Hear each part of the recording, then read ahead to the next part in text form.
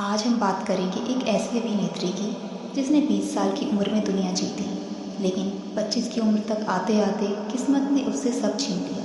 जिसे अपनों ने कुलक्षणी और मनहूस कहा, जिसने मौत को बहुत करीब से 2 बार देखा। आज की कहानी है लीना चंदावरकर जी की। लीना का जन्म 29 अगस्त 1950 को कर्नाटक के धारवाड़ में एक आर्मी ऑफिसर श्री नाथ चंदावरकर के घर हुआ था। लीना चंदावरकर का फिल्मी करियर 1960 के दशक के उत्तरार्ध से शुरू होकर 1980 के दशक के मध्य तक चला। वे अपने दौर की सबसे सुंदर और चुलबुली अभिनेत्रियों में गिनी जाती थी। लीना ने अपने करियर की शुरुआत विज्ञापनों से की थी। फिल्म फेयर के फ्रेश फेस कंपटीशन में रनर अप रहने के बाद सुनील दत्त जी की नज़र उन पर पड़ी। उनकी खूबसूरती और मासूमियत को देखकर दिग्गज अभिनेता सुनील दत्त बहुत प्रभावित हुए। उन्होंने 1968 में फिल्म मन का मीत से डेब्यू किया। ये फिल्म सुनील दत्त ने अपने भाई सोमदत्त को लॉन्च करने के लिए बनाई थी। फिल्म हिट रही और लीना रातों रात स्टार बन गई। दिलचस्प बात यह है कि दिग्गज अभिनेत्री नरगिस दत्त ने लीना को ग्रूम किया था और उन्हें अभिनय की बारीकियां सिखाई थी। 70 के दशक में लीना ने उस दौर के हर बड़े सुपरस्टार के साथ स्क्रीन शेयर की। साल 1971 में फिल्म महबूब की मेहंदी में उनकी और राजेश खन्ना की जोड़ी को बहुत पसंद किया गया। इस फिल्म के गाने आज भी सदाबहार हैं। साल 1970 में फिल्म हम जोली में वे जितेंद्र के साथ नजर आई। इस फिल्म का गाना ढल गया दिन हो गई शाम, बैडमिंटन वाला गाना आज भी लीना की पहचान बना हुआ है। साल 1976 में फिल्म बैराग में उन्होंने ट्रेजेडी किंग दिलीप कुमार के साथ काम किया, जो किसी भी अभिनेत्री के लिए गर्व की बात थी। उन्होंने धर्मेंद्र के साथ रखवाला, संजीव कुमार के साथ अनहोनी, मंचली, विनोद खन्ना के साथ कैद, शम्मी कपूर के साथ प्रीतम और राजकुमार के साथ दिल का राजा जैसी सफल फिल्में दी। लीना को अक्सर चुलबुली और भोली भाली लड़की के किरदारों के लिए जाना जाता था। उनकी एक्टिंग में एक सहजता थी। फिल्म मंचली साल 1973 में संजीव कुमार के साथ उनके नटखट अंदाज की काफ़ी तारीफ हुई थी। लीना के करियर में गानों का बड़ा हाथ रहा। लता मंगेशकर और किशोर कुमार के गाए हुए उन पर फिल्माए गए गाने आज भी रेडियो पर बजते हैं। लीना ने अपने करियर में कटी पतंग और शर्मीली जैसी कुछ बड़ी फिल्में ठुकरा दी थी, जो बाद में आशा पारेख और राखी के करियर के लिए मील का पत्थर साबित हुई। उन्होंने कभी भी पर्दे पर अंग प्रदर्शन नहीं किया और हमेशा अपनी गरिमा बनाए रखी। लीना ने अपने करियर के चरम पर गोवा के एक प्रतिष्ठित राजनीतिक परिवार में शादी की। सिद्धार्थ गोवा के पहले मुख्यमंत्री दयानंद बांडोडकर के बेटे थे। शादी के महज कुछ महीनों बाद सिद्धार्थ अपनी रिवॉल्वर साफ कर रहे थे और गलती से गोली चल गई।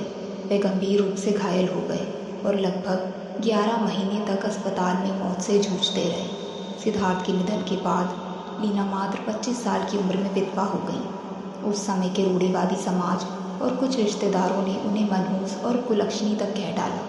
लोग उन्हें सिद्धार्थ की मौत का जिम्मेदार मानने लगे, जिससे वह गहरे डिप्रेशन में चली गई और अपने पिता के घर धारवाड़ लौट गई।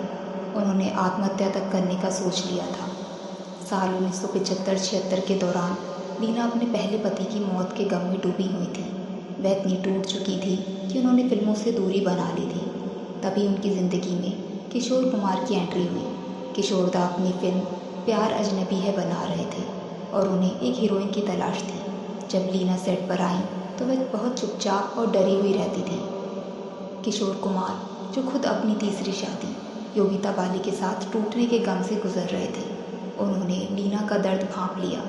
सेट पर किशोर दा अजीब गरीब हरकतें करते, जोक सुनाते और बच्चों की तरह बर्ताव करते रहते ताकि लीना मुस्कुरा सके। एक दिन लीना को उदास देखकर किशोर दा ने उनसे कहा था, अगर तुम खुद पर नहीं हंसोगी तो ये दुनिया तुम पर हंसेगी। गम को पालना छोड़ो, उसे गाना सीखो। एक दिन अचानक किशोर कुमार ने लीना से पूछा, क्या तुम मुझसे शादी करोगी? लीना हैरान रह गई। उन्होंने कहा, आपकी तो पहले ही 3 शादियां हो चुकी हैं और दुनिया मुझे मनहूस मानती है। तब किशोर दा ने बड़ी संजीदगी से जवाब दिया, दुनिया क्या कहती है उससे मुझे फ़र्क नहीं पड़ता।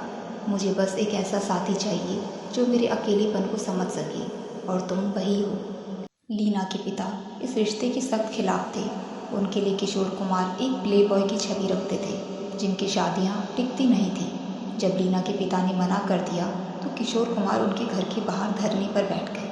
उन्होंने हार नहीं मानी और घंटों तक उनके घर के बाहर बैठकर गाने गाते रहे। आखिरकार उनकी दीवानगी और सच्चाई देखकर लीना के पिता को झुकना पड़ा। ये इस प्रेम कहानी का सबसे विवादास्पद हिस्सा है।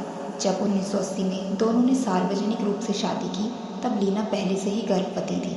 लीना ने सालों बाद एक इंटरव्यू में बताया कि उन्होंने कानूनी रूप से पहले ही शादी कर ली थी, लेकिन सामाजिक और धार्मिक रस्में बाद में हुई। जब 7 फेरे हो रहे थे तब लीना का बेबी बम साफ नज़र आ रहा था। उस दौर में ये बहुत बड़ी बात थी, लेकिन किशोर कुमार ने गर्व से लीना का हाथ थामा और दुनिया की परवाह नहीं की। 1980 से 1987 तक ये 7 साल लीना की ज़िंदगी के सबसे खुशहाल साल थे। किशोरदा उन्हें पलकों पर बिठाकर रखते थे। उनके बेटे सुमित का जन्म हुआ। किशोर कुमार अक्सर कहते थे कि लीना ने उन्हें फिर से जीना सिखाया है। 13 अक्टूबर 1987 की दोपहर किशोर कुमार ने मजाक में लीना से कहा था, आज मुझे घबराहट हो रही है। अगर मैंने डॉक्टर को बुलाया तो तुम कहोगी कि मैं फिर से नाटक कर रहा हूँ। कुछ ही देर बाद उन्हें दिल का दौरा पड़ा। लीना को लगा कि वह फिर से मजाक कर रहे हैं, लेकिन तब तक किशोरदा हमेशा के लिए खामोश हो चुके थे।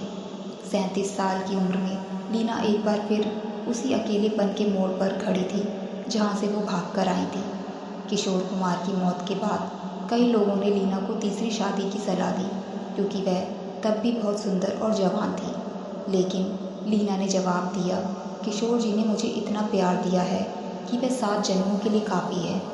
दुनिया के लिए किशोर कुमार एक फनकार थे, लेकिन लीना के लिए वह वो फरिश्ता थे जिसने एक मनहूस कही जाने वाली लड़की को महारानी बना दिया।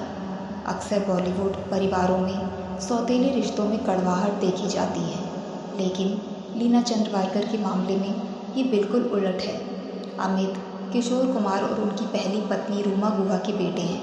लीना और अमित के बीच उम्र का फासला बहुत कम है, इसलिए उनके बीच माँ बेटे से ज़्यादा दोस्तों का रिश्ता है। लीना आज भी अमित के साथ एक ही घर में रहती हैं और अमित उन्हें बहुत सम्मान देते हैं। सुमित लीना और किशोर कुमार के इकलौते बेटे हैं। सुमित एक प्रोफेशनल सिंगर और म्यूजिशियन है। किशोर कुमार के निधन के बाद लीना ने अमित और सुमित को कभी अलग नहीं होने दिया। आज भी वह एक हैप्पी फैमिली की तरह साथ रहते हैं। लीना अक्सर कहती हैं, मेरे पास 2 बेटे हैं और दोनों ही मुझे किशोर जी की याद दिलाते हैं। आज लीना अपने बेटों की कामयाबी में अपनी खुशी ढूंढती हैं और किशोरदा की यादों के सहारे अपनी ज़िंदगी का हर दिन एक उत्सव की तरह जीती हैं। किशोर कुमार की मृत्यु के कई वर्षों बाद लीना एक और बड़े विवाद में फंसी। एक अवार्ड फंक्शन के दौरान दिग्गज वकील राम जेठमलानी ने लीना चंद्रावरकर को मंच पर गले लगाया और किस किया। इसकी तस्वीरें सोशल मीडिया पर आग की तरह फैल गई और लोगों ने इसे अश्लील करार दिया। लीना ने बहुत ही बेबाकी से इस विवाद का जवाब देते हुए कहा, राम जेठमलानी 92 साल के हैं और दिल से बहुत जवान है। मुझे उनकी विचारधारा पसंद है। किशोर कुमार हमेशा कहते थे, जो दिल कहे वो करो, दुनिया की परवाह मत करो। लीना चंद्रावरकर की इस हिम्मत भरी कहानी के बारे में आप क्या सोचते हैं, कमेंट में हमें ज़रूर बताएं और ऐसी ही अनसुनी कहानियों के लिए चैनल को सब्सक्राइब करना ना भूलें।